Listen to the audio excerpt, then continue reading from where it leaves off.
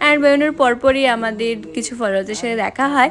তারপরে আমি আর সোনু প্ল্যান করি যে রাজবাড়ির পেছন দিকটাতে যাওয়া, যখন ওখানে একটু হলেও রোদ কম থাকবে।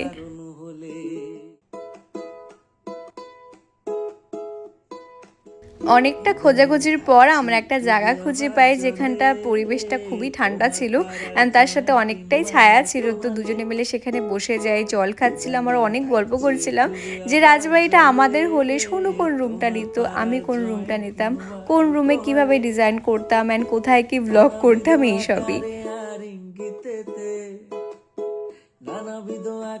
তোমরা সবসময়ই আমায় দেখো যে আমি যেখানেই যাই না কেন, যতটুকু সময়ের জন্যই যাই না কেন, আমি রাতুলের সাথেই ঘুরতে যাই। কারণ আমার জীবনে বন্ধুর সংখ্যা নেই বললেই চলে।